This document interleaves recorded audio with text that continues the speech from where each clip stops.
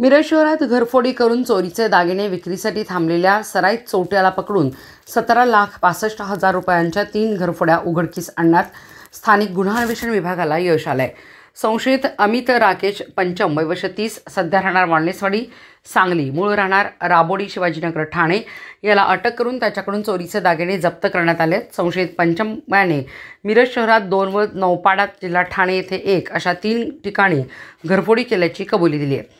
स्थानिक गुन्हा अन्वेषण विभागाच्या पोलिसांना बातमीदारामार्फत मिळालेल्या माहितीनुसार मिरज कृष्णाघाट रस्त्यावरील राष्ट्रीय महामार्गाच्या ब्रिजखाली एक इसम चोरीचे दागिने विकण्यासाठी थांबल्याचे समजले। त्यानुसार पोलिसांनी तेथे सापळा लावला होता। मिळालेल्या माहितीनुसार अमित राकेश पंचम हा संशयास्पदरित्या थांबल्याचे दिसून आले। पोलिसांनी त्याला पकडून चौकशी केली असता त्याने सुरुवातीला उडवाउडवीची उत्तरे दिली।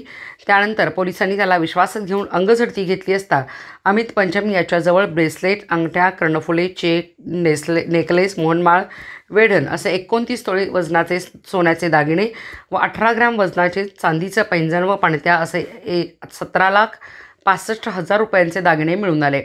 सदर दागिन्याबाबत पंचम याच्याकडे सखोल चौकशी केली असता त्याने मिरज शहरात 2 व नौपाडा जिल्हा ठाणे पोलीस ठाण्याच्या कार्यक्षेत्रात 1 अशा 3 ठिकाणी घरफोडी करून दागिने चोरून आणल्याची कबुली दिली। पोलिसांनी सर्व सोन्याच्या दागिन्यांचा मुद्देमाल जप्त करून संशयित अमित पंचम याला अटक केली आहे। अधिक तपासासाठी त्याला शहर पोलिसांच्या ताब्यात देण्यात आले आहे।